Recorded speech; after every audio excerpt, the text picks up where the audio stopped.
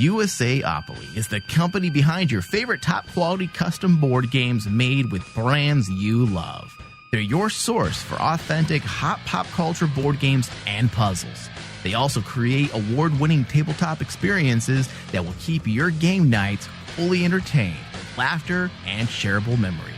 For more details, go to usaopoly.com. That's usaopoly.com. Holodeck 3 program is reinstated. Open sesame! Commander Klingon vessel. We are energizing transporter beam. Now.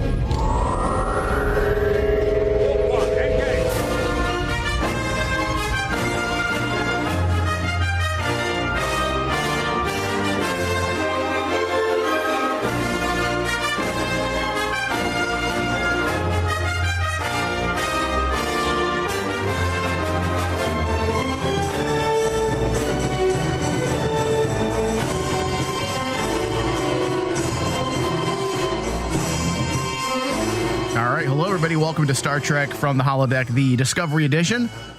Got a lot to talk about today, David. A lot to talk about. Talk about a cliffhanger.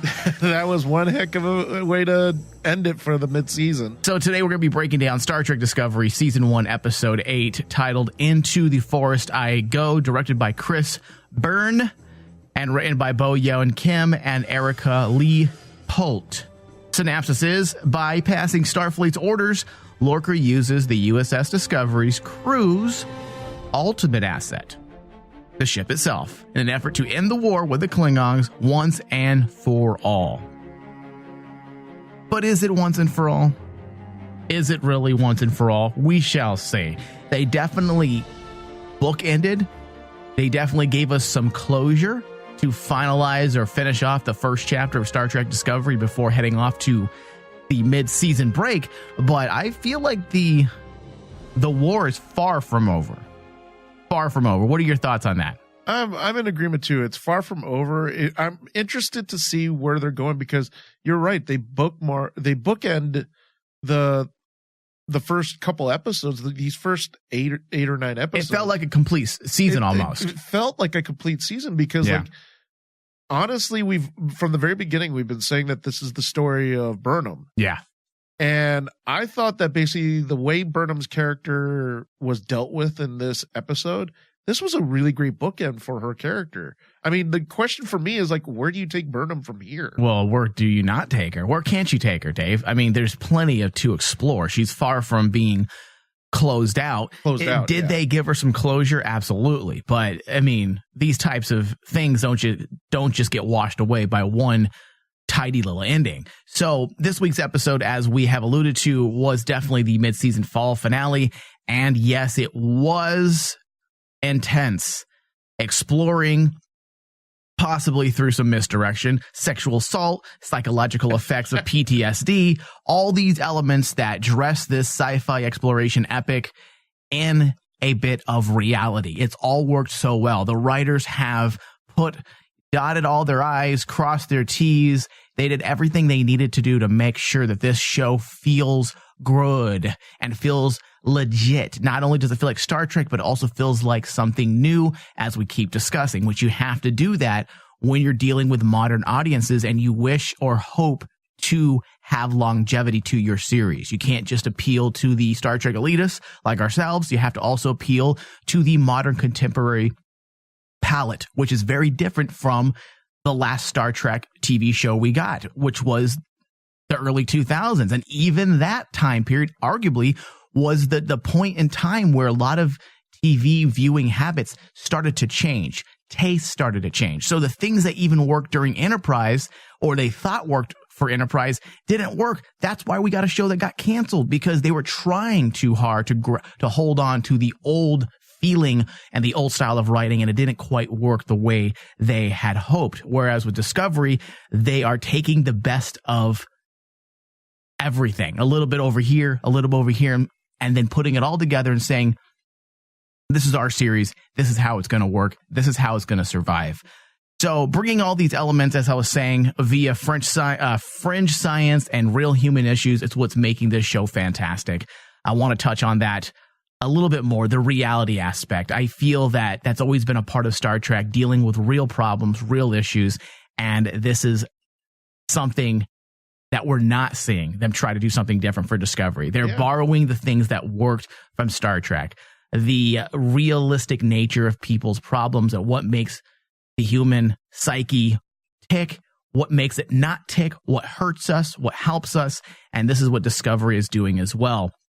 The cliffhanger works well, Dave, as well with what we've seen Star Trek writers do in the past, and it felt fitting. I know Star Trek TNG started doing those cliffhangers. They were the first one to do a cliffhanger back, 27 years ago now, I'd say.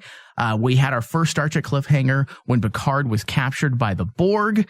And since then, it's kind of become a mainstay of Star Trek, giving us those cliffhanger episodes. And I remember watching the first cliffhanger Star Trek ever aired with Picard being captured by the Borg. And I remember how different it was. I mean, this is the 80s.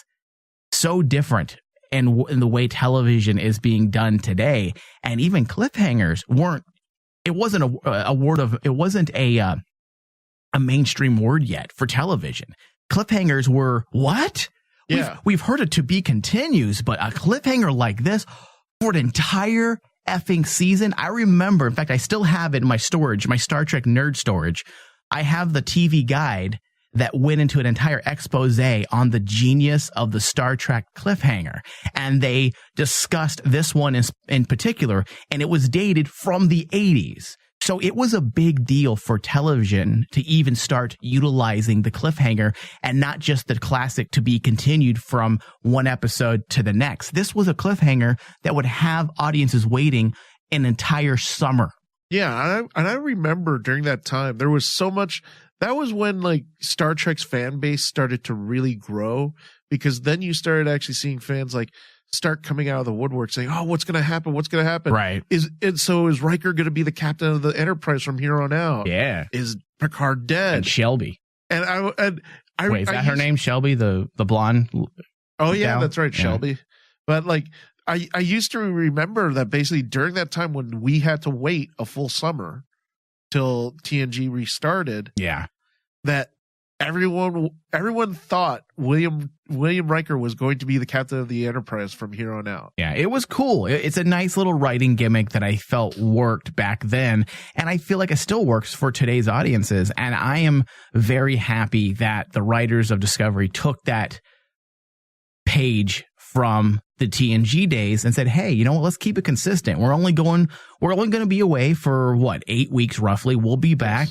Let's leave everybody with a cliffhanger." But at the same time, despite all that, Dave, but despite the fact that, yes, we got a cliffhanger, there was still a bit of a wrap up and a resolve for our Discovery crew. Yes. The ship of the dead destroyed. Burnham at peace by retrieving Georgiou's badge.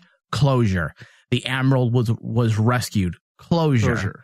But with these moments of resolve, we feel the beginnings of the next chapter. There is a definitive feeling that the audience received, that was a definitive feeling, I should say, that the audience received. We all got that feeling of, okay, but what's next? In fact, that's the very first question you posed at the top of this show. What's next? You might have phrased it differently with Burnham, but it's more than just Burnham. What is next for the entire crew of Star Trek Discovery? Where do we go now? And I'm not saying that because there's where do we go now? They didn't write themselves into a corner, but I think a lot of us felt like the Klingon issue would be the main issue for the bulk of the season. And will it continue on into the second half of the season? Most likely. Yes. However, the main emotional part of that story, dealing with Burnham and Georgiou and wanting that sense of redemption for Burnham's character and retrieving the badge, that was the closure that I didn't think we were going to get until the end of the first season. So, as I said, there is that definitive feeling of turning the page and moving into the second chapter. And that's a win. When the audience can feel the narrative structure, I think the writers can rest easy knowing they're doing their job. If you can feel the act structure, then that means the writers are doing the right cues. They're actually hitting those highs that they're supposed to hit to signal the audience when they can breathe or when they can relax or what to expect next. And that's something that's a missed. I believe it's a missing art in modern television. And I know a lot of people say we're in the golden age of television, which I disagree. I feel like we were in the golden age of television between the years of 2004, 2005, but I feel like that ended around 2015. Now, because of all the outlets we have, Amazon, Hulu, Netflix, the network televisions, CBS All Access, it's making a lot of room for additional TV, but also they're churning it out. It's become factory television like network television was. Yes. And when we were in the golden age, we had 4 or 5 boutique networks like HBO, Showtime, FX, AMC that were churning these out slowly with a focus and emphasis on story. Now it's how fast can we churn out the next network, and it's hurting. For the last couple of years, you can see that you get a lot of high production, but high production value doesn't mean good story. So that's one thing I was a little afraid for with Star Trek Discovery going in. I was a little bit afraid. I was thinking, okay, we're going to get a beautiful show, but are we going to get a show that's focused on writing? Because that's what's going to keep a show around for years to come is good writing techniques that keep the audience emotionally invested and interested in the show. And that's a success. I think we can definitely say now that we're done with the midseason, or we're at the midseason and we're done with the first half, I think I can confidently say that the writers know what the fuck they're doing. And not just in terms of Star Trek, in terms of storytelling. They're crafting these stories. I mean, it's just so well. Look at the pacing, Dave. The pacing has been fantastic this week. That was the thing that I was going to bring up, is the fact that I'm glad that they didn't draw out linger on things. They didn't linger on things. They didn't linger on the Burnham Georgiou element. They let it organically build up, and then when they reached to a point, they ended it. Right. They basically said, okay, here we go. And even not necessarily end it, but give us a little bit of closure so it doesn't feel drawn out, and then let it simmer in the background. Because I think, and we're going to get into this after our first break, I think the Georgiou thing and the actions that took place on the Shenzhou that started this Klingon war between, the Federation, I think that's always going to be a defining moment for the character of Burnham. That's always going to be part of her genetic makeup moving forward. So it's always going to be there. But yes, you're right. I expected them to really draw it out, and I don't think it would have been a bad decision. However, look at the decisions they're making. They're making smart decisions. They're lingering for a few episodes in certain things. They're giving us some standalone episodes, but at the same time, allowing the myth arc to kind of build in the background. They're making the right calls. And that's what gets me really excited for the second half, because I have some theories for sure. And we're going to talk about those at the end of the show today before we close out. But it definitely gets me excited for what we could see next season. And forget the next season, not the next season, I mean the mid-season, but forget the mid-season, but even in future seasons, if we covered this much ground in this amount of time, and it felt right, and the pacing was good, the sky's the limit for what we can possibly cover in upcoming seasons. Absolutely. And basically, the thing I really did enjoy about this past episode, when it wrapped up everything, it not only did it wrap up stuff, but it also opened up more lingering questions that allow us to actually continue to another story arc. And that's the important thing about, I'm beginning to actually see the whole idea that basically they originally had with Star Trek Discovery. Remember, they said that Star Trek Discovery was supposed to be serialized. Anthology. Yeah. Sorry. But it was supposed to be an anthology. And I'm actually seeing that flow as an anthology. That's a great point. That's a great point. You have this flow of a story arc.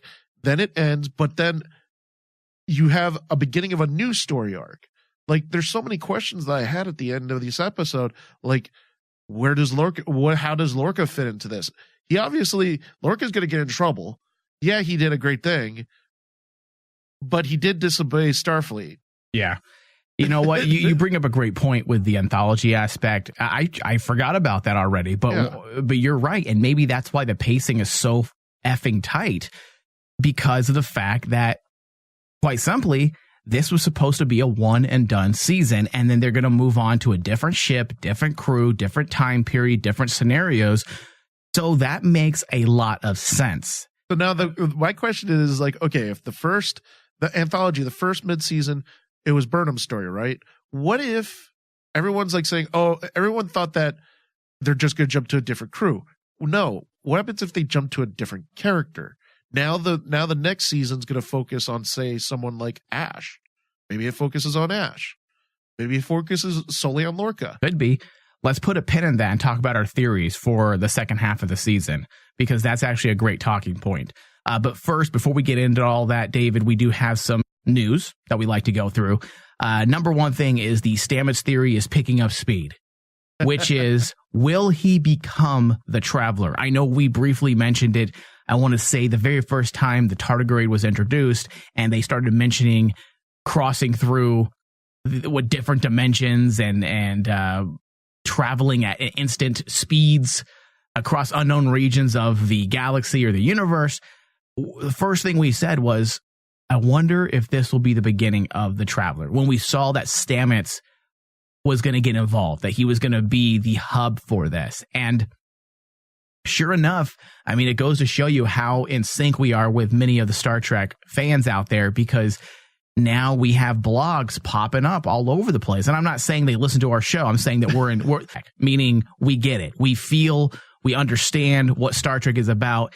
And the fact that we're drawing the same conclusions is cool. Oh, yeah, absolutely. It's kind of like this morning when I was looking at it, all of a sudden, I've never seen anyone talking about the Traveler till now. And we've been talking about the Traveler for a while now. Well, you know what? We have been ripped before. So our Westworld show was picked apart, meaning everything we talked about, verbatim, words, quotes, was taken and put on blogs, and they never gave us credit. Never gave us credit. I was really upset about that, because I'm not a douchebag pretentious where I'm like, those are my ideas. But when they're word for word of how I speak, there has to be something strange. Yes, going on. They're ripping exactly what I say word for word. So ever since then, I'm a little jaded towards certain blogs that have these theories that are like mine. However, with this one, I feel like it's just an example of how in tune we are with Star Trek, and that we're all drawing the same similar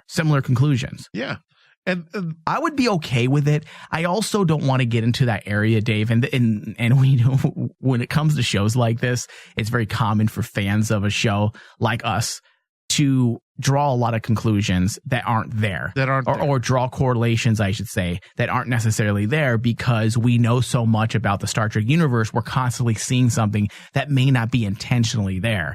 Honestly, if you really wanted to start writing down all the potential things that Stamets could be in Star Trek, we can probably come up with like a couple dozen now. Absolutely. We could come up with a bunch of ideas of what Stamets is. It doesn't have to be the Traveler.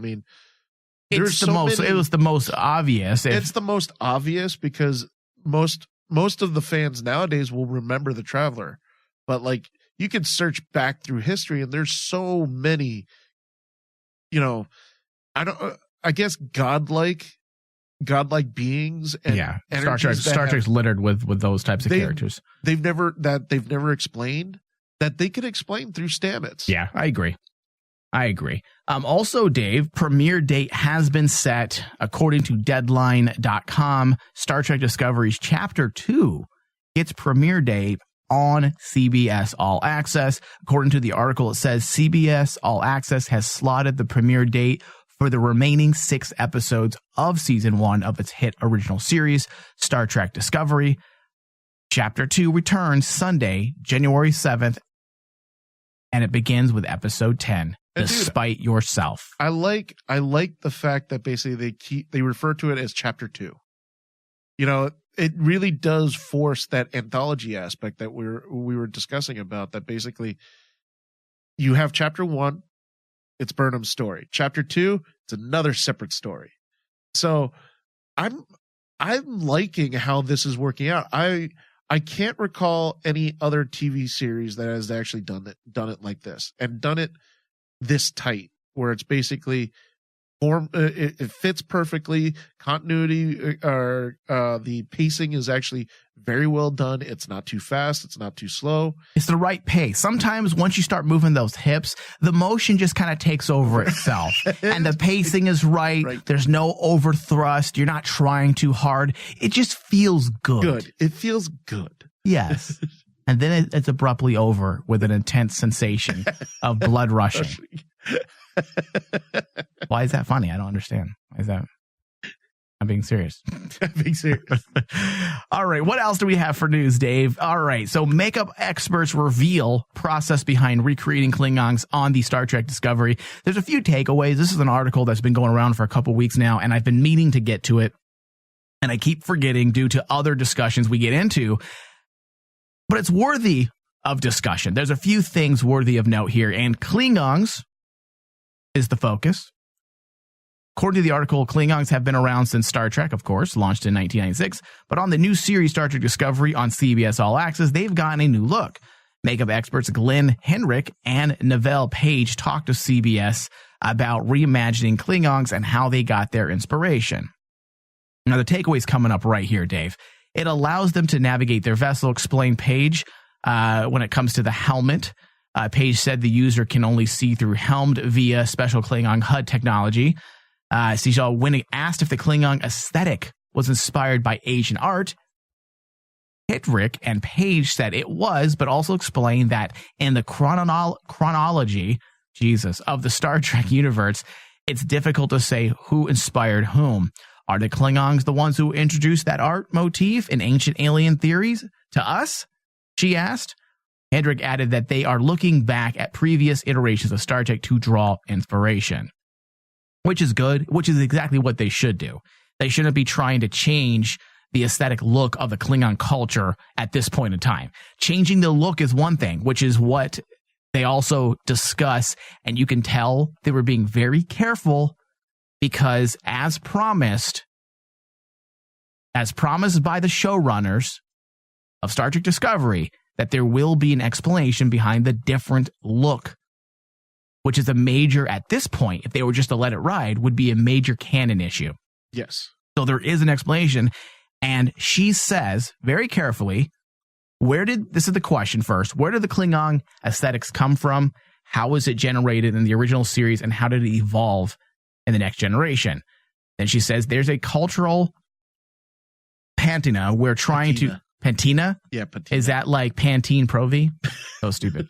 We're trying to put on all of our Klingons that really starts to widen that perimeter. Okay? Hendrick also pointed out that not all Klingons should look the same anyway. They grew up in an empire on a group of planets, not a single planet. And that makes so much sense because if you believe in the science of evolution, okay, which is what Gene Roddenberry based Star Trek on, the basis of evolution. That's why there's so many humanoid species out there. Yes. Because we all have one, not all of us, obviously the corporeal entities are very different than the humanoid species of aliens out there. However, it would make sense. They've always said this, that humans, if they grew up in different planets, would look vastly different. If you were to take a human being 50 years ago and you took an entire colony and put them on Mars,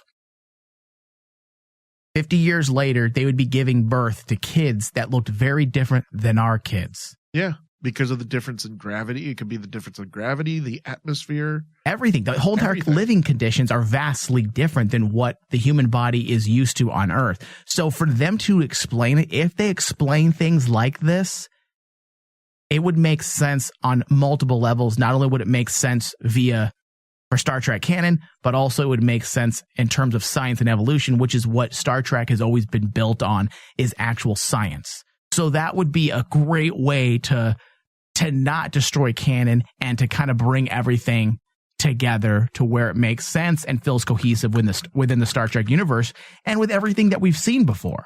plus you got to throw in the fact that basically the Klingons, since the very beginning, they've been the whole point about the Klingon political storyline that's going on is that there is multiple houses. There's multiple clans out there that they're trying to unify as one Klingon empire. Whose house runs house? So like the Klingon houses are on different planets and different areas. So you'd have to understand that basically the Klingons are going to look completely different from each other, and that's probably what is, creates that divide of the houses, and that probably is what creates the divide in the houses. My chair just broke on me. All right, we was know wondering what you were doing. Yeah, let me fix my chair. We're going to go to a very quick break. We'll be right back. Cry havoc! And let's slip the dogs of war! Everything!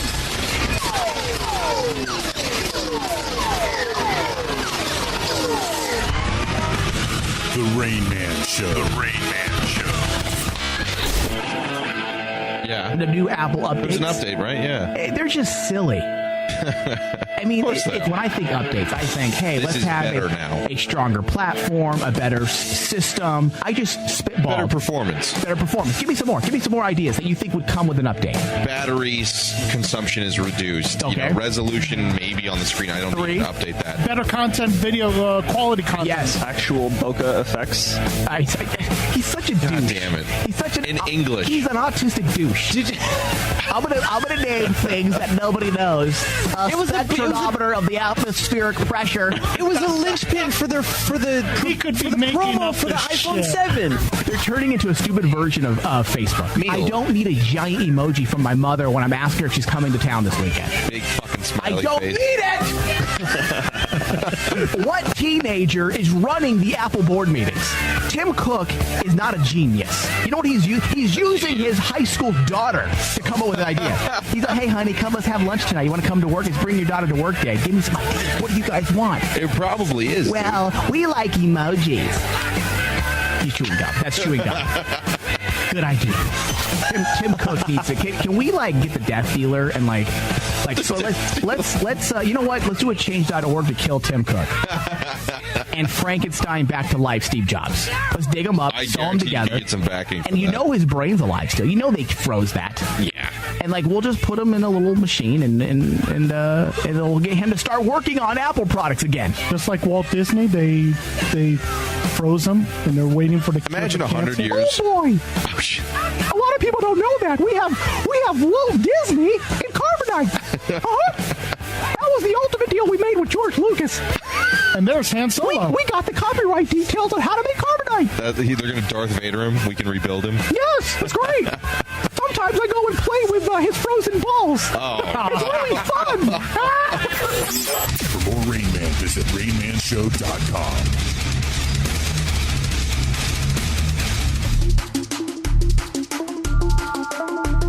All right, USAopoly is the company behind your favorite top quality custom board games made with the brands you love. They're your source for authentic and hot pop culture board games and puzzles. They also create award-winning tabletop experiences that will keep your game nights fully entertained with laughter and shareable memories. With games like Star Trek Panic, Star Trek Risk. That's right, Star Trek games, an entire line of Star Trek products. Head over to USAopoly, that's USAopoly.com, and get some Star Trek games. Yeah. Open sesame! Crossing over to other past things in Star Trek. Yeah. What if the Kelvin timeline passed through the original Star Trek, like the Mirror Universe? Right. Or the Mirror Universe crosses over into the Kelvin timeline. I mean, another possibility, Dave, is for reasons like this, more stories that can be told. I think Star Trek, with all of the TV shows that already messed up its own continuity, stuff that is canon was just forgotten. Yes. Like the Klingon head, star dates was a huge thing that they just changed whenever they wanted. From movies to the original series to Next Generation, Deep Space Nine, Voyager, they weren't even consistent. So there's a lot of issues that was created over the past 50 years of Star Trek, and much like Star Wars had to do, yes, I said the horrible word to all you Star Trek fans, but even what Star Wars did, in retrospect, it was a good thing what they did. Star Trek from the Holodeck, exclusively on Rain Man Digital. Go to RainManDigitalMedia.com or Patreon.com/RainManDigital. End simulation. Energize.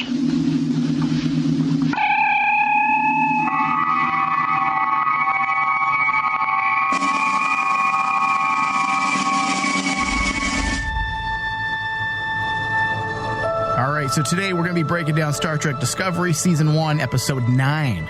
And to the Force I Go.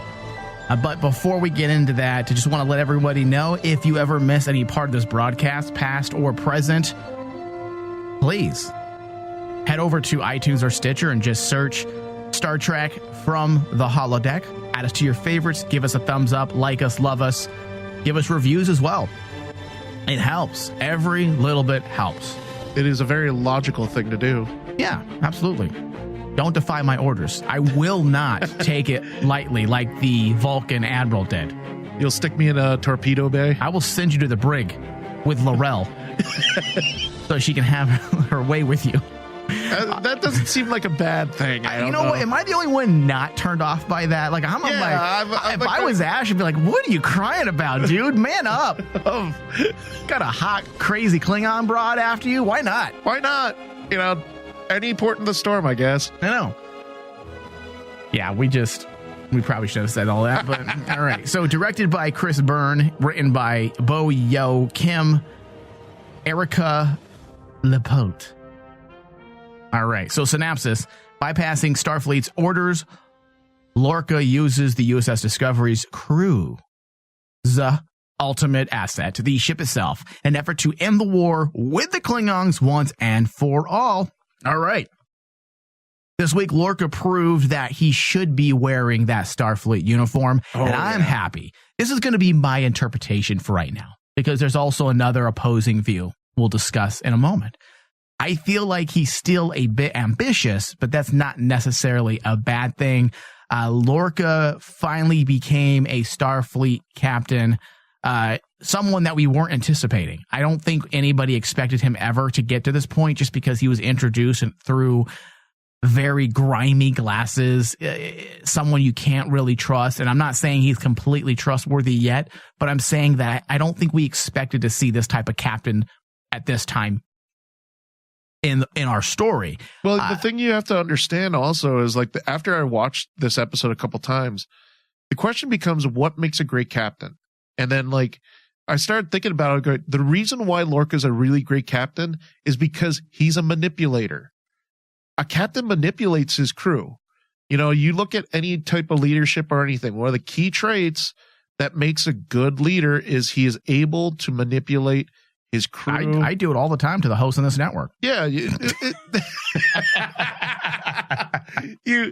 take a look at what actually characteristics make a crew follow a captain.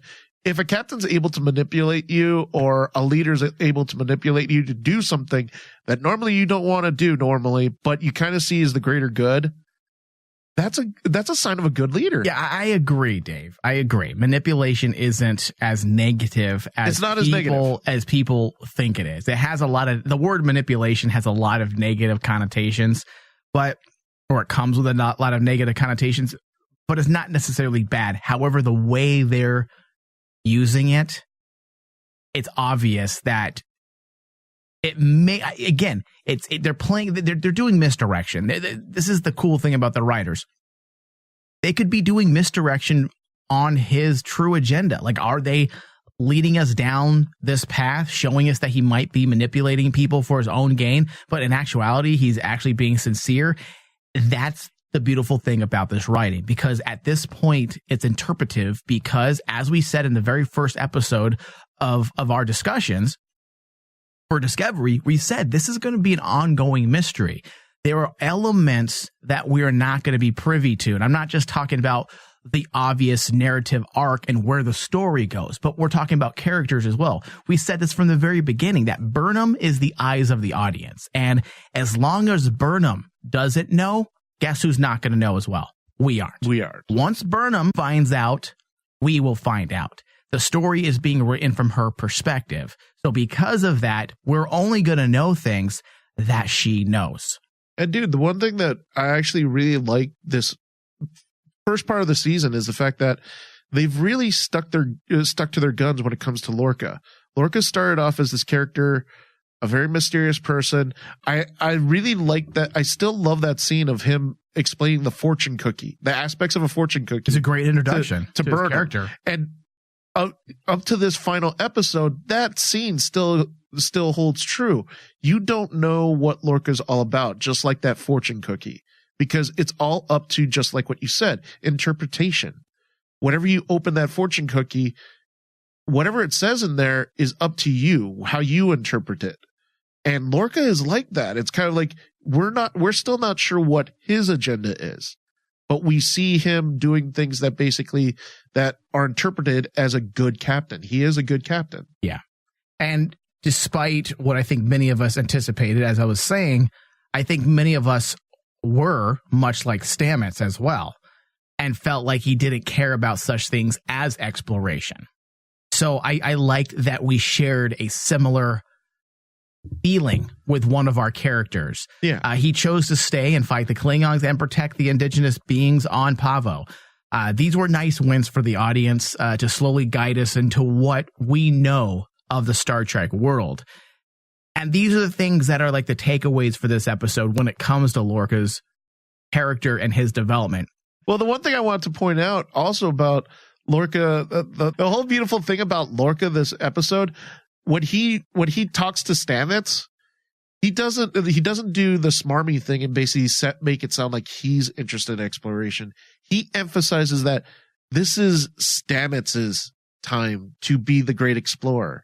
Right. And I love how Lorca actually doesn't make it about him.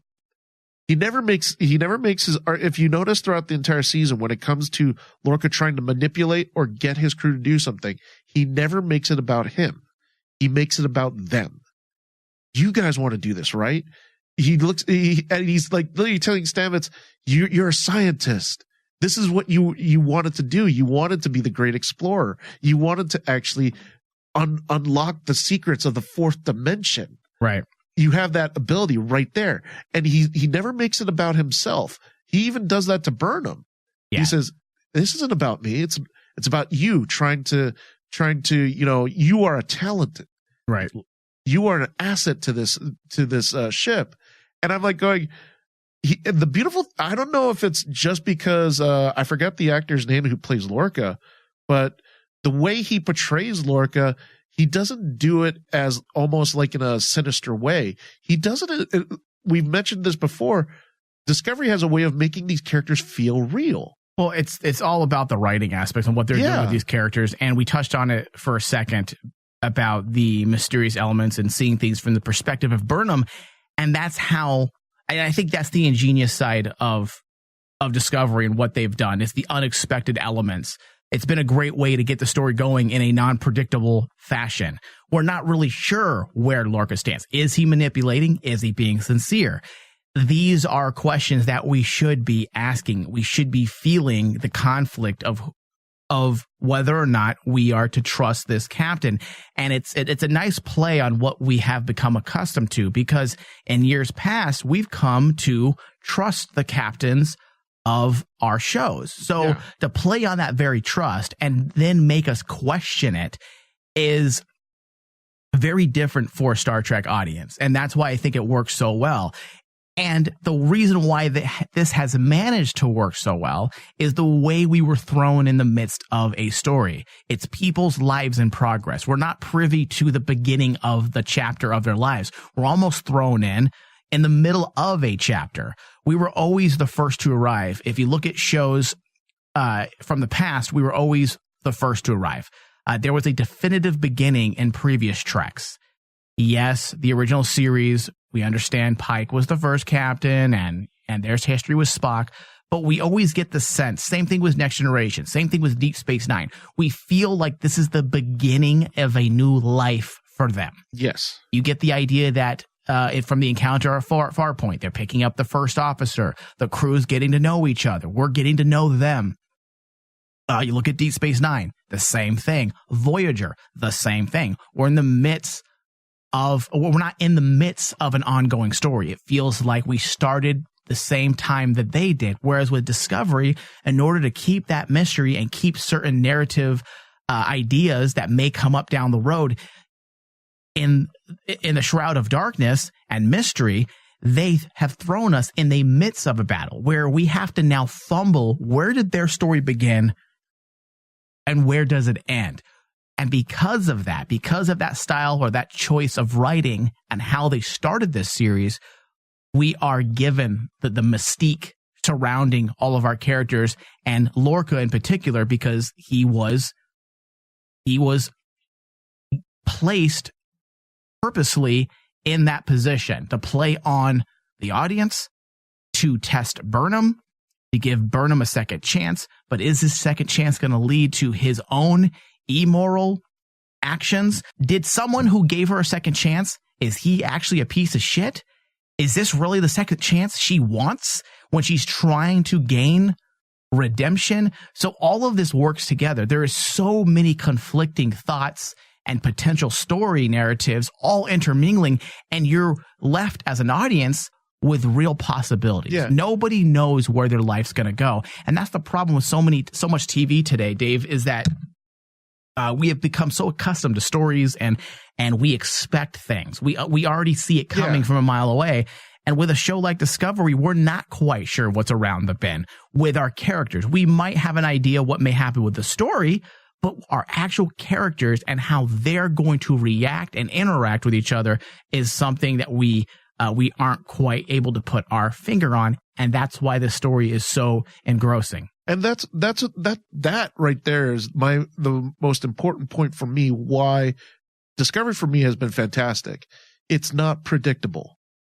And just like what you said, is like when we're dropped into a story from the very beginning, we can start predicting ourselves as the audience what's going to happen.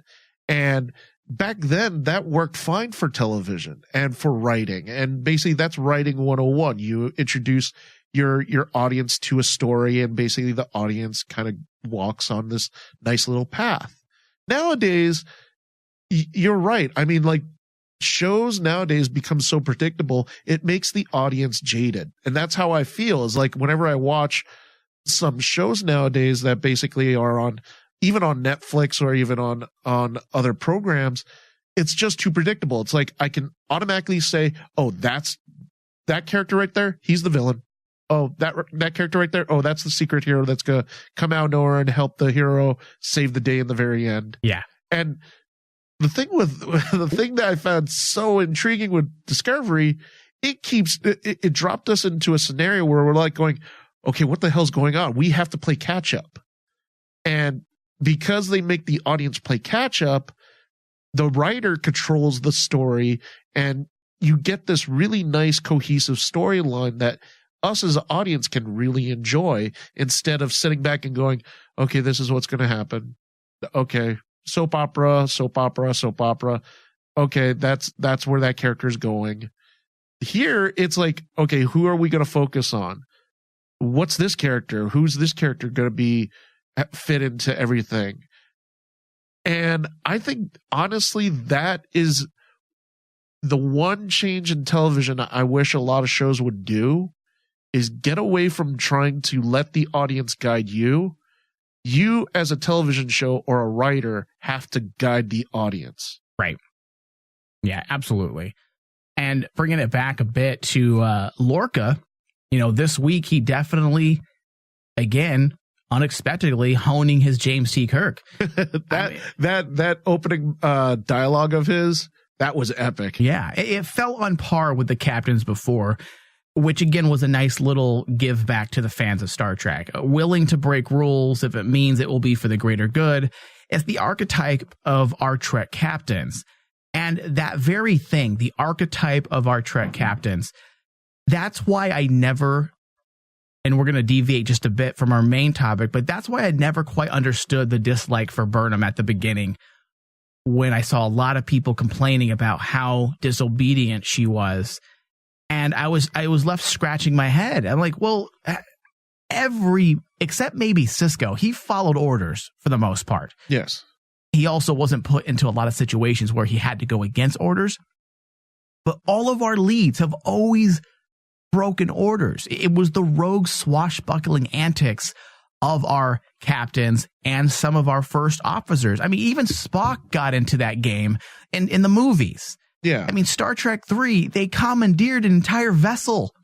I think the thing is like a lot of Star Trek fans feel that if you're not the captain or if you're not Spock, you do what they say. I like how you add and not Spock, but you're right. Because it's very true. I mean, if you think about it, even in Next Generation, no one ever argued with Picard. Yeah. And the closest thing was actually in the movie when Worf said, you know, if you weren't the man that I know you are, I'd kill you where you stand. Yeah. But what does Worf do? He still listens to Picard. Yeah. And there are some other things that people have voiced their opinions on concerning the unharmonious intermingling of the character or the crew at the very beginning of the show, and the disdain between Saru, or I think more on Saru's part than Burnham.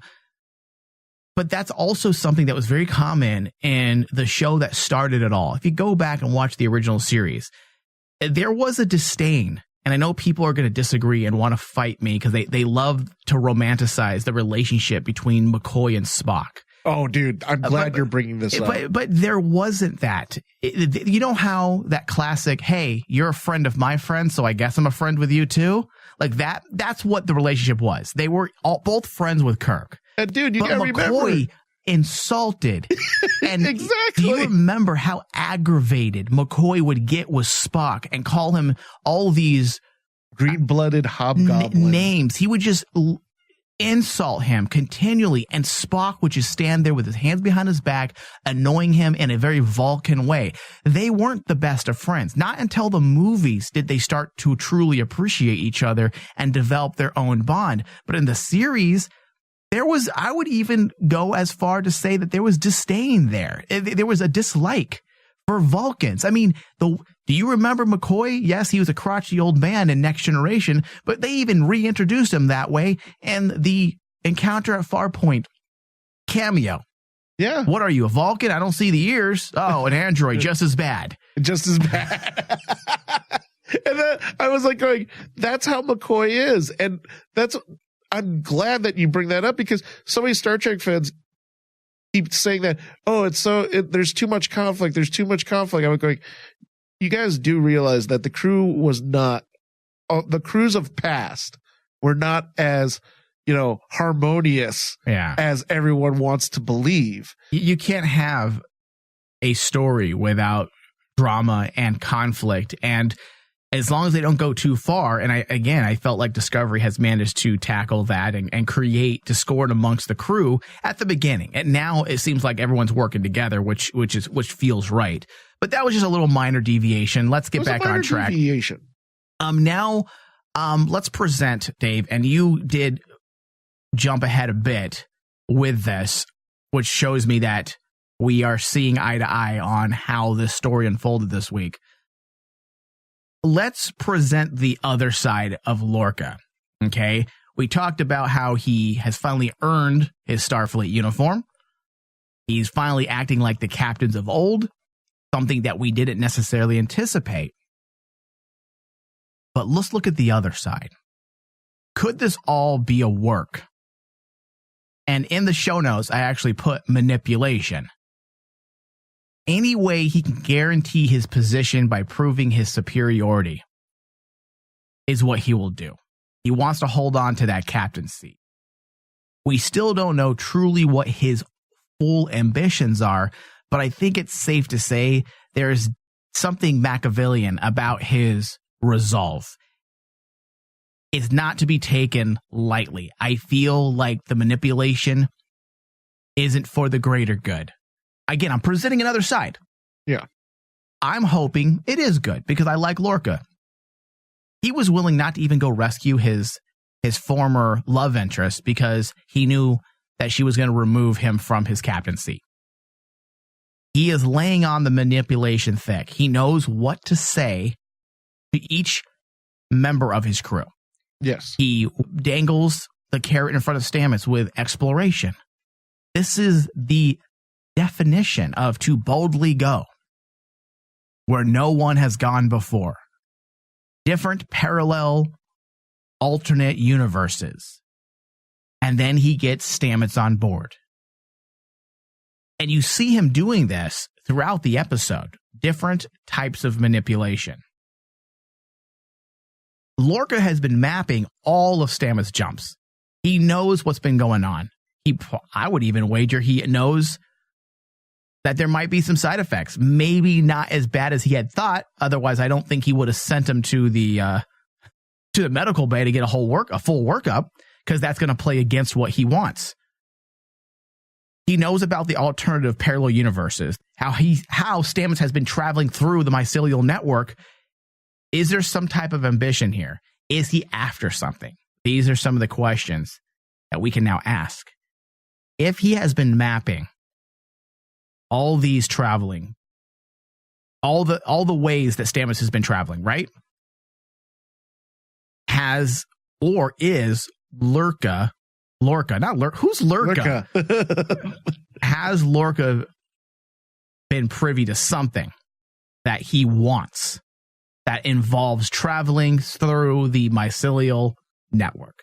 And you bring up a very good point, because it's now getting to the point that I honestly think Lorca's whole drive, okay, is a spore drive.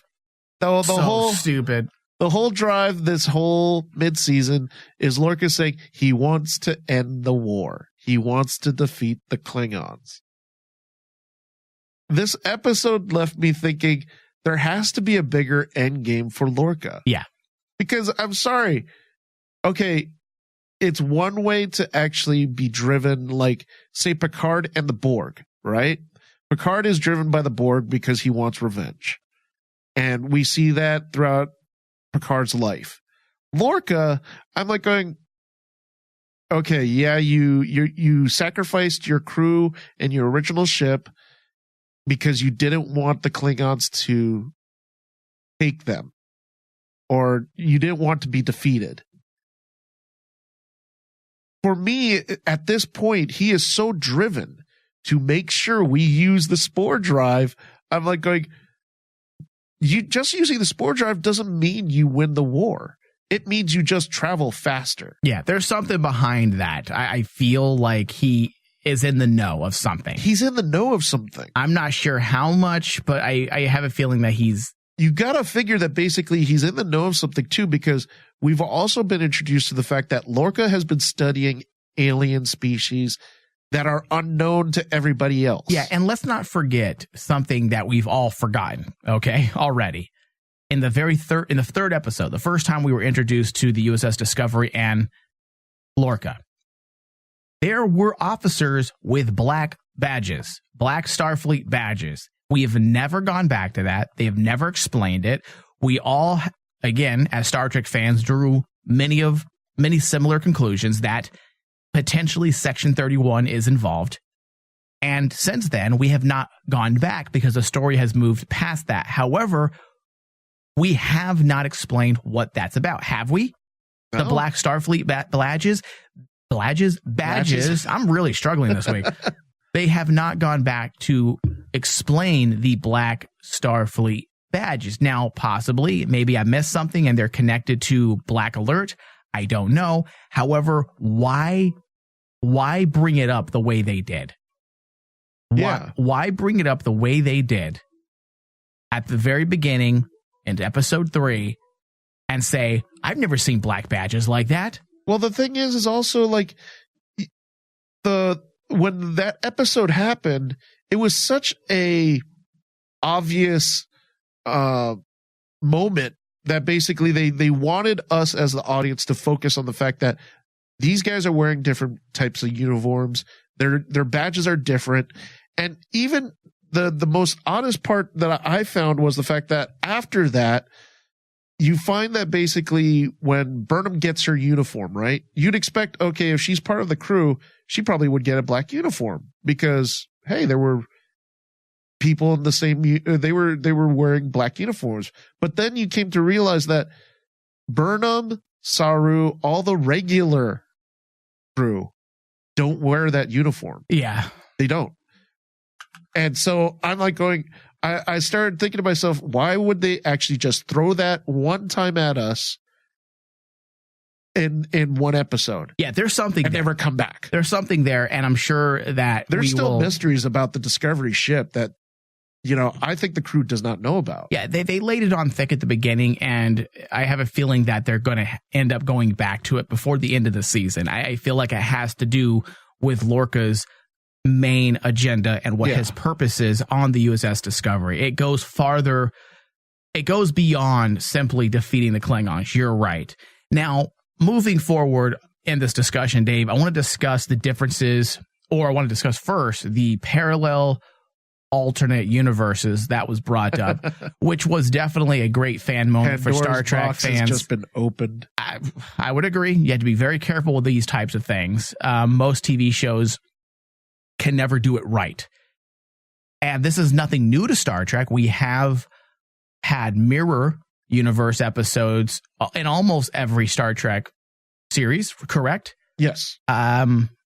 Enterprise, the original series, Deep Space Nine. So 3 out of 5, 3 out of 6 now. We shall see if Discovery ends up doing the same thing. But is this going to be the mirror universe episode we expect?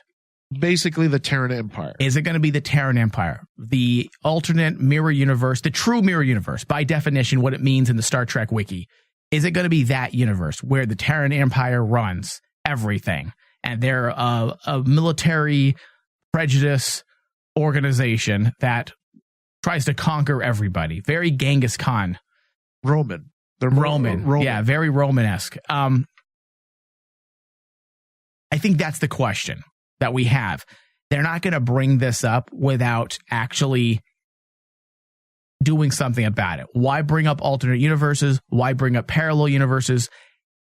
Unless they are going to take the audience down that rabbit hole. Now, that being said, we have theories that we're going to discuss at the end of the show. So now's not the time for theories. Yes. But I do want to discuss the differences. Will this be the moment where they actually explain the Kelvin timeline and the Prime timeline, or will this be a simple episode delving into the mirror universe? Now, scientifically speaking, there are very big differences between alternate parallel universes, which is what was mentioned in this last episode, and a split timeline, which is what was described in the Star Trek reboot of 2009. Yes. Scientifically speaking. Now, when you go to Star Trek Wiki and Star Trek Canon, they describe them as one and the same. So are we going by what the Star Trek Wiki says? Because we know that the writers aren't following that. Yeah, they're not following that. They're not guided by the Star Trek Wiki. The Star Trek Wiki is guided by what we see. So what are we actually going to see in this alternate universe? Are they going to describe the split timeline that we saw happen in the 2009 movie when the Narada traveled back in time and created a mess? Are we going to see that? Because we have kept saying, David, from time and time again, since they announced this episode and what time frame it was going to take place in, we had said that they're going to need to explain the timelines to the audience. They can't take for granted that we all just know, oh, there's a Kelvin timeline and a Prime timeline. There's two of them. The TV show takes place in the Prime. We know this because we're Star Trek nerds and we Google and we do social media, but they can't take this for granted that everybody's like that. There's plenty of people out there who watch Star Trek and the movies and Star Trek Discovery where they're not quite drawing the same conclusions because they don't understand how it all works. I'm sure, I guarantee you, there's people wondering about how the movie fits in now. Well, how does the movie fit into all this with the Narada crossing over? Now, months ago, before Star Trek Discovery even aired, Brian Fuller said that Star Trek Discovery would take place in the Prime timeline. Yes. That's the original timeline for Star Trek.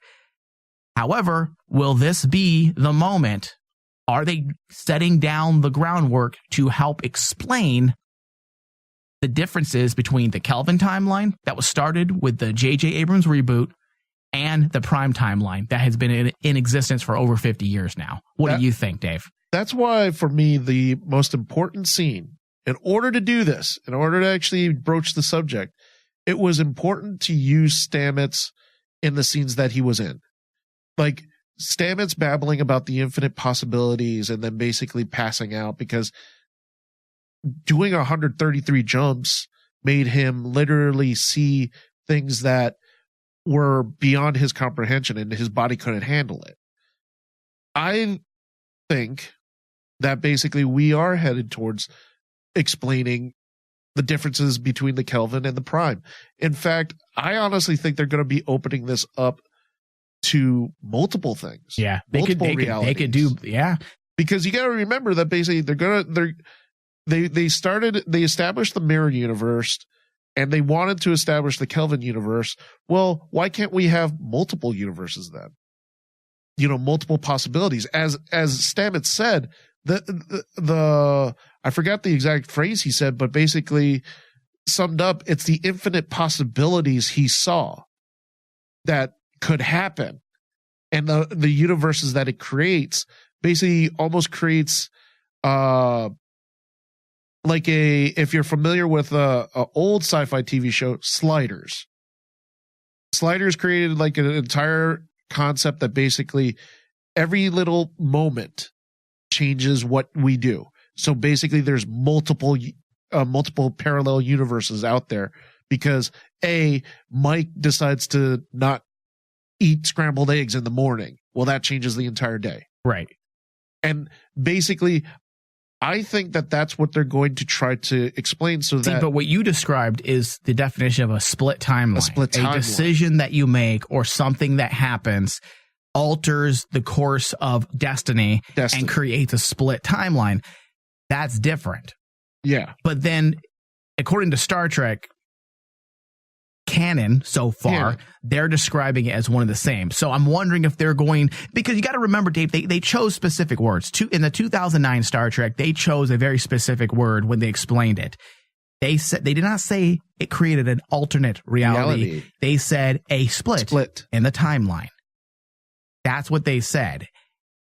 And when you're dealing with a show like Star Trek that deals with parallel alternate realities various times throughout its history, would not J.J. Abrams choose to use that word to explain if that's what they truly meant? Yeah. So that's why there needs to be some explanation as to, first off, which is what? Is the Kelvin timeline simply an alternate parallel universe now? And then once they define that, we can then figure out and theorize what's going to happen next. We're going to get to that, though. We're going to theorize. Now's not the time because we can probably talk about that for another 20 minutes or so. Just because of that ending by itself, you can kind of guess where they're at. Yeah. Can we? Did you go back and review? Technically, yes, I did. Okay, hold off. We're going to get to it. Yeah. Burnham and Ash beam over to the Klingon ship of the dead, a ship where they both will have to face their past and problems and have to come face to face with these problems. So, Ash theories come to a head. Misdirection, or was his mind wiped so he can be a true sleeper agent? What is happening? Is this misdirection? Is this really simply a sexual PTSD? What is happening with Ash? Now, the device that Burnham and Ash placed on their body, okay, might be one of the clues. Again, either misdirection or a clue as to how Ash can get away with being a Klingon. Now, the theory, for new listeners, Ash is actually Vok. That's why he's disappeared. Yes. That's why L'Rell in this episode said, "Oh, it's you." I will not allow them to hurt you. I will allow. That was the important thing for me. Now, again, that could be misdirection. Maybe let's say she actually did develop feelings for Ash. It wouldn't make a lot of sense for Vok unless they have put Vok someplace else and it would later be revealed who he is. However, look at these little things they're doing. Okay. The device, David, that allowed Burnham and Ash to beam aboard the Klingon ship and their life signs read as Klingon. That's a narrative gimmick that would work if they do end up revealing that Ash is actually Vok the Klingon. Yes. They're establishing that they can scramble life readings. Yes. And what they come off as. Human, Klingon, Vulcan, etc., etc., etc. That's a very easy, simple writing gimmick. There's foresight there. And if they do end up revealing that Ash is Vok, the audience will shrug and be like, oh, well, they actually explained 3 episodes ago that they have a device that can scramble the life readings. So, hey, that kind of makes sense for them not to read that he's not human, but a Klingon. Yeah. Okay, the evidence and the breadcrumbs are there to go any direction they wish. And I think that's pretty much as far as we can go with this discussion because they gave us 2 possibilities. He's either in fact struggling with PTSD or he is Vok. He is Vok. And if he is Vok, I know last week we had briefly touched on the fact that possibly he's going to realize that the Federation isn't negative, that they actually have honor, and Cole is his enemy. Cole's dead. Yeah. So where does this leave our theory now? I think the only place they can go, and that would make sense, would be that somehow, in order for him to be a true sleeper agent and not get caught, L'Rell wiped his memory. And now when he saw L'Rell, memory started coming back naturally. Yes. I mean, because the sex scene they showed in a flashback was not rape. No. That was full-on lovemaking. So is his memories colliding and clashing together? That's the way I saw it. Because, like, here was the thing. Ash basically wakes up as if he's coming out of a nightmare. That ain't no nightmare. That's no nightmare. And I'm like going, why would he have like a dream like that? Yes, we were told that he constantly says that L'Rell tortured him. Right. And Dave, just to hold on one second, just to kind of pick up where you just kind of alluded to. I understand that, and this is a very dark theme for Star Trek to really be tackling. Muddy waters. Right. I mean, you could have a character struggling with PTSD and struggle with the very idea that he enjoyed it. In fact, there are very sad stories littered throughout the internet you can read where victims of rape feel guilty because during the rape, they actually started to enjoy it. Yes. And now not only were they violated, but now they feel like something's wrong with them because they enjoyed it. So that's a very sad prospect to put Ash in. And it may be a little too dark of a theme for Star Trek to tackle. But dude, this Discovery is proving that they are willing to go into very murky waters. I agree. So it's possible. And that's why I feel like this story can go in various directions. We see the problems he's going through. He told Burnham that he did what he had to do to survive. Otherwise, he would not be here. So they are laying it on thick for both potential outcomes, both the sleeper agent and the PTSD doing what he had to do, possibly enjoying it type thing. Yes. And now he is filled with guilt and remorse. So whatever direction they go, I feel like it's going to work. The sleeper agent feels a bit more predictable, and that's why I'm starting to lean to the line of thinking, that it's not as simple as that. There's going to be something more to it. At least that's how I feel about it. What are your thoughts on that? My problem with it is this is the only part that in Star Trek that I feel is really, for Discovery, is one of the more predictable elements that we're seeing right now. Because the problem that they did Discovery-wise, and it's not much of a problem because it just made us question, okay, where's the story going from here on out? And it propelled the story forward in a more interesting way, was where they left Vok off. Vok was told that basically he had to disappear. He would have to give up everything, and he would have to do something that basically, I guess, was forbidden in Klingon. And she was going to take him somewhere to do something that would completely change him. Then we don't see him.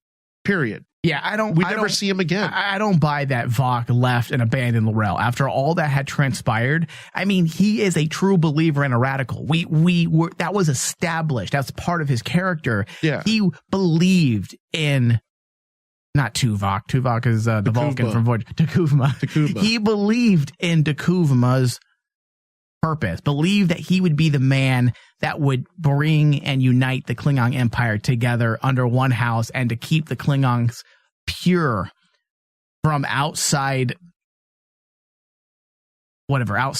interference, whatever. So I don't believe that. I don't believe he would just leave after all that he's been through and how they set him up. I just don't buy that. So that's why I'm leaning that this may in fact be the other. The other? Yeah. Because like the thing I don't know like what I believed. I'm so confused. You're so confused. I'm so confused. You feel like Ash pretty much. Yeah, pretty much. I'm being mentally, I'm not going to say it. Not in this day and age right now. Currently. Way too early. You're basically mentally confused of like what's going on right now. Yeah. And I agree. I mean, Lorca's manipulating my mind and my thoughts. At first, I was like going, okay, this is obvious. Tyler is the sleeper agent. He's going to turn into Vok. But then I started thinking to myself, because this is what Discovery does to people, or at least it does to me. It makes me question where we're going, which is really cool. Why in the world would Vok agree to this? Because here's the thing. You bring up a really good point. He's a radical of T'Kuvma.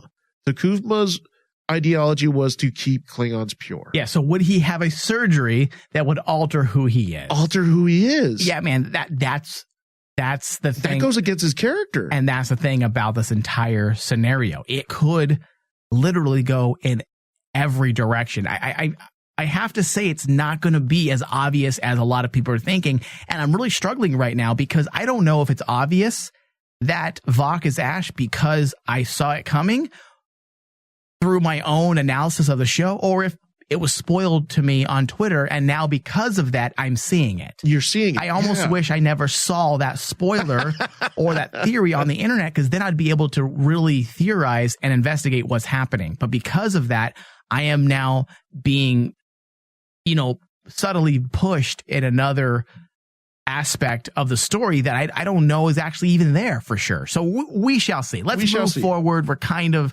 stuck right now in a circle, just going around and around trying to figure this out. And I don't think we're meant to figure it out at this point. It's awesome that Star Trek Discovery is creating these types of questions. I don't think we've had a Star Trek series ever to get this much debate going and discussion. No. So I haven't seen it ever in any of the past series. So in that regard, the writers of Star Trek, again, are doing a great job that they are creating dialogue amongst the fans. There are theories being posted, debates, discussions about story aspects, whether or not this is going to happen or that's going to happen. So that's good. So that's a win for the writers for sure. I know there was an article going around from sci-fi.com saying that they had debunked the theory based on something that the actor had said that plays Ash, where he denied it, where he said, no, I was originally cast as Kol, the Klingon, the House of Kor. And when I got to set, the producers said they liked what they were seeing and they asked if I could play this role instead. So now a lot of people are now pointing to the fact that he has debunked it himself. Personally, you know what? I don't know if I believe that, because actors have denied things various times in order to save the mystery of the story. We shall see. However, Kol of the House Kor has died at the hands of Burnham. I love this scene because there was a sense of wrap up, and that's something we touched on at the beginning of the show, that the emotional distress that Burnham was carrying on her shoulders had some closure. Obviously, this will always be a thing that defines her as a character, much like Picard with the Borg, Kirk and the Klingons, and the Kelvin timeline Kirk and the loss of his father, and knowing his own future and not being able to come out from his own shadow of what he should become. So this is something that has defined many of our protagonists in Star Trek.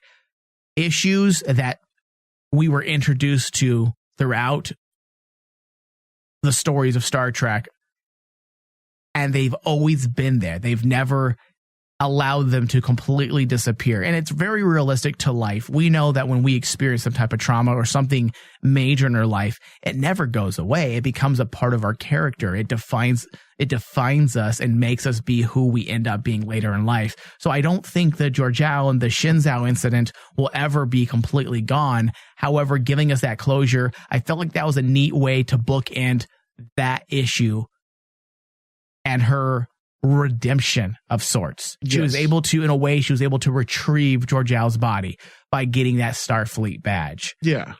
And I think that's the important part with that first chapter, honestly, in Burnham's story is like, it started with her betrayal of Georgiou on the Shinzao. And then now it ends with back where we started with the Klingon ship of the dead. Yeah. And her not leaving Georgiou this time. Yeah. And it was very poetic. And also the swashbuckling fight on the bridge of the Klingon vessel was a great way to bookend the beginning as well. So there was a lot of thought going into how they're going to wrap everything up poetically and literally as well. So overall, the way it all ended was great. The pacing of the first half of the season, I think, has been on point. They have not lingered too long on unnecessary elements. But that kind of concludes our discussion on the bulk of the episode. However, there are some worthy mentions here when it comes to visual effects and encompassing what we've seen throughout the first half of the season. I mean, the VFX, David, continues to be gorgeous.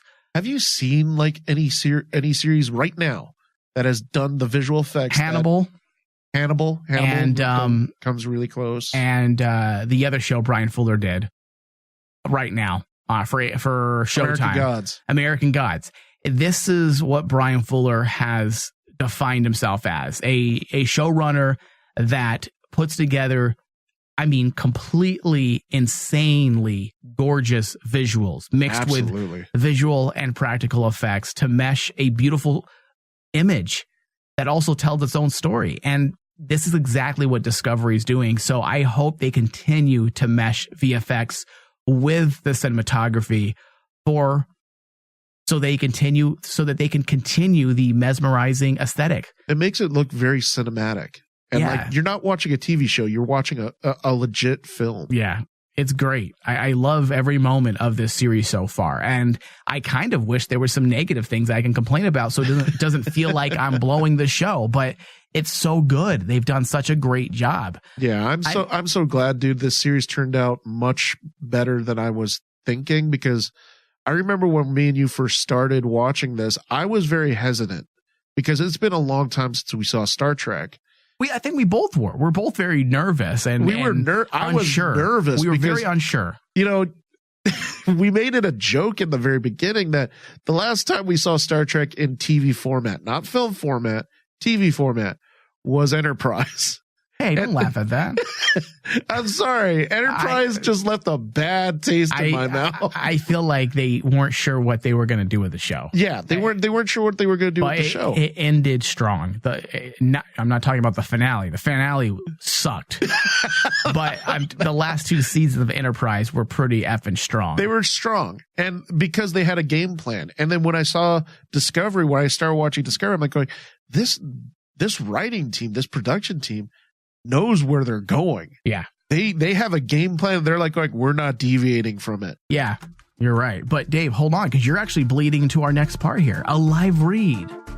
If you want to get more Star Trek from the holodeck, that's right, more Star Trek from the holodeck, go to Patreon, patreon.com/RainmanDigital. That's Patreon, patreon.com/RainmanDigital, and pledge. When you pledge $5 or more a month, you gain access to hours of additional Star Trek discussions, ranging from topics on Q, the Mirror Universe. We did an entire series of discussions on the Mirror Universe, also the Borg, and so much more. Every month we're adding more discussions. So while we're on hiatus and you miss our voices and our theories and breakdowns, you can still get it by going to patreon.com/RainmanDigital to pledge. Thank you. All right, David, we need to move into final thoughts on the first half. We kind of already shared our final thoughts, so I'm not going to say any more.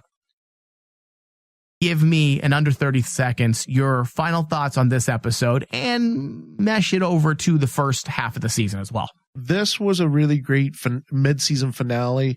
One of the strongest mid-season finales I've ever seen for any series that I've watched. I've been watching a lot of like Netflix originals and a lot of high-profile series that kind of by the mid-season they kind of dragged.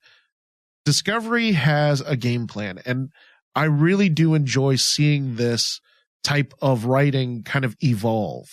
And I hope that basically the next season continues the trend. Episode-wise, the second half of the season continues it. And I think that this past episode honestly gets an A+. It's a really high A+ from me. Wow, look at you, Dave. This was a really great episode that kept me not just engaged in what was going on, but now engaged on what's going to happen. And that's the important thing for a mid-season finale. You want us to continue on and continue asking those questions. You brought it up. I had the same feeling that I had the day that basically Locutus of Borg shows up and says, "I am Locutus of Borg. Resistance is futile. Cliffhanger ending." That's how I felt with this one. And I think that that's what Discovery needed to do, was get that same fizz that basically TNG and original Star Trek got with their mid-season finales and stuff like that to lead us into another story arc. Yeah. I can't disagree with anything you're saying, Dave. I also give this season a solid A so far up to this point. It's a little, we haven't seen enough to fully gauge how the season will end. However, I am happy with what we've seen so far. I did not have really a whole lot of idea what we would get, honestly. I had thoughts and theories on what we would see based on what Brian Fuller released to the audience, but ultimately I'm much more happier than I thought I would be, especially because Enterprise, despite the last two seasons being pretty damn good, I feel like Enterprise did leave a bad taste in our mouths, not just for Star Trek Enterprise, but Star Trek. In a lot of ways, Star Trek Enterprise could be the culprit for the demise of the Star Trek era between the mid-2000s and now. Poor Archer. There's a lot of factors. I don't want to blame any one person.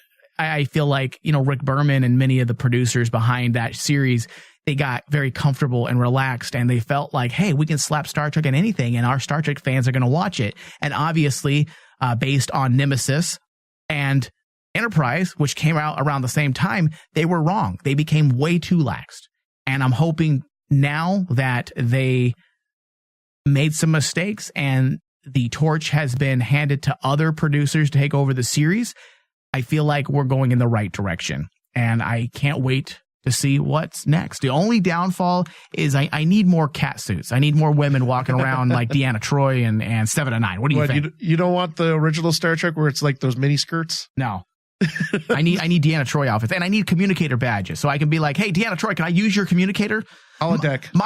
Mine's not working. Let me use yours, please. Let me use yours. I'm not trying to touch your boobs. I'll be very careful. I can't use my hands, I have to use my face. Hold on, watch. Just a little tap. Just see, that's all I'm doing. Nothing to be alarmed by. Just a little tap. Medical attention, please. Okay, one more. I need to be transported to the hospital, please. Hi, Deanna Troi. All right, so theories. This is where we can theorize before we end out the show. Okay. But before we get into those theories, David, for the second half of the season, I want to keep it short because we have to end soon. I'm going to read you a segment taken from Deadline Hollywood, Deadline.com, I should say, where they kind of give you a little synopsis of the second half of the season, and it kind of gives us clues on what we can expect, okay? So in Chapter 2, while in unfamiliar territory, the USS Discovery crew is forced to get creative in their next efforts to survive opposing and unprecedented forces and return home.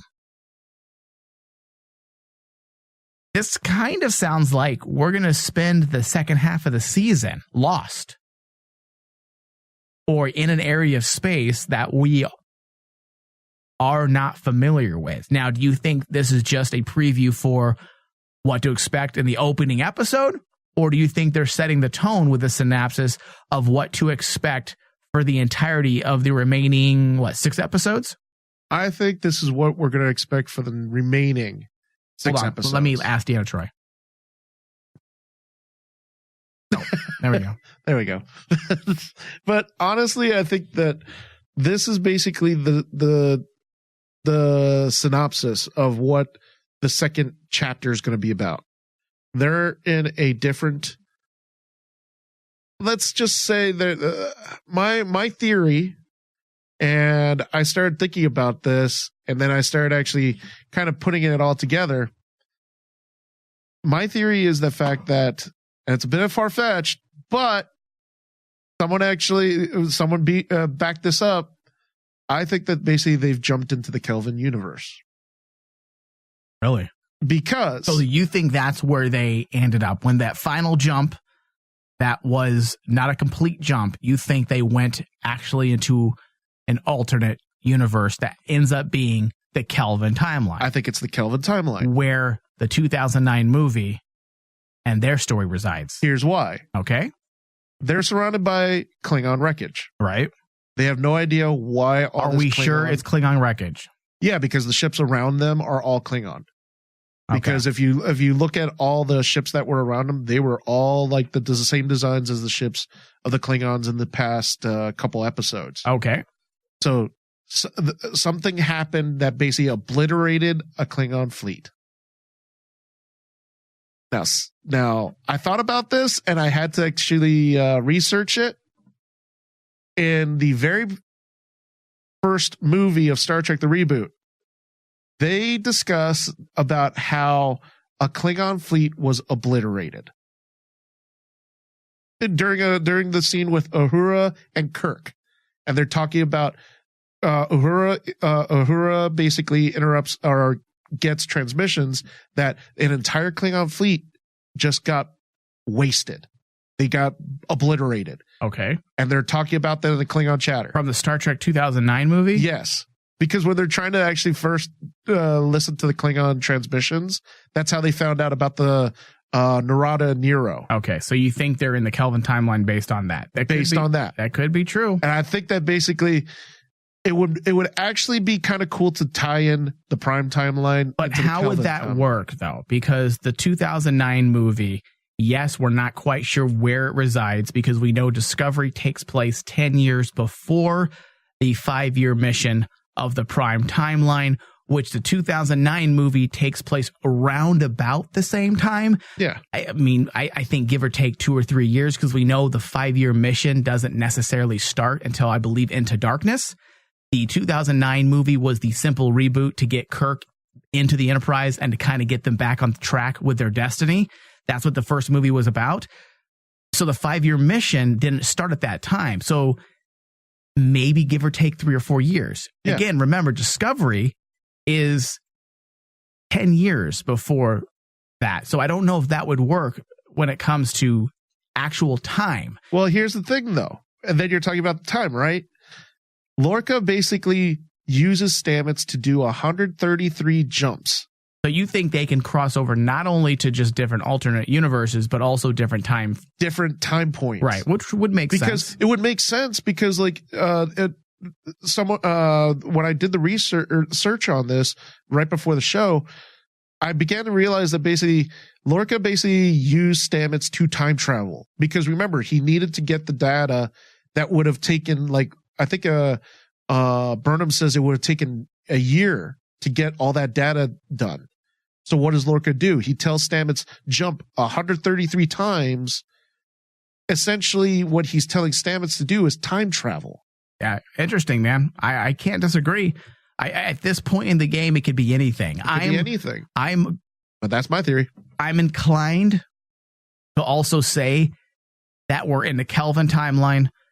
I feel like actually being in the actual mirror universe would be a little too much, meaning we've been there, done that.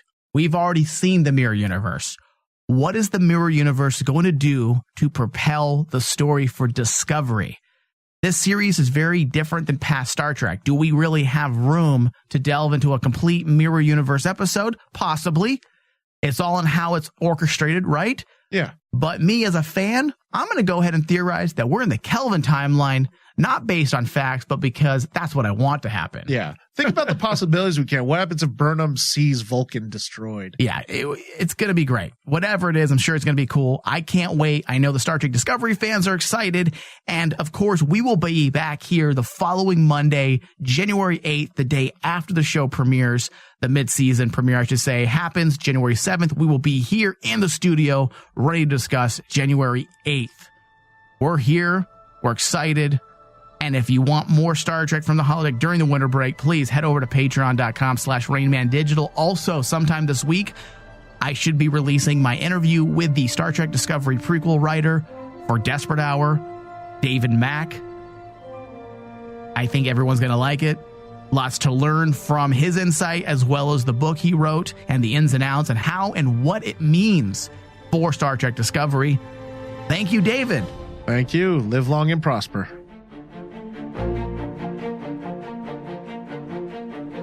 I couldn't help but notice your pain. My pain? It runs deep. Share it with me. End simulation.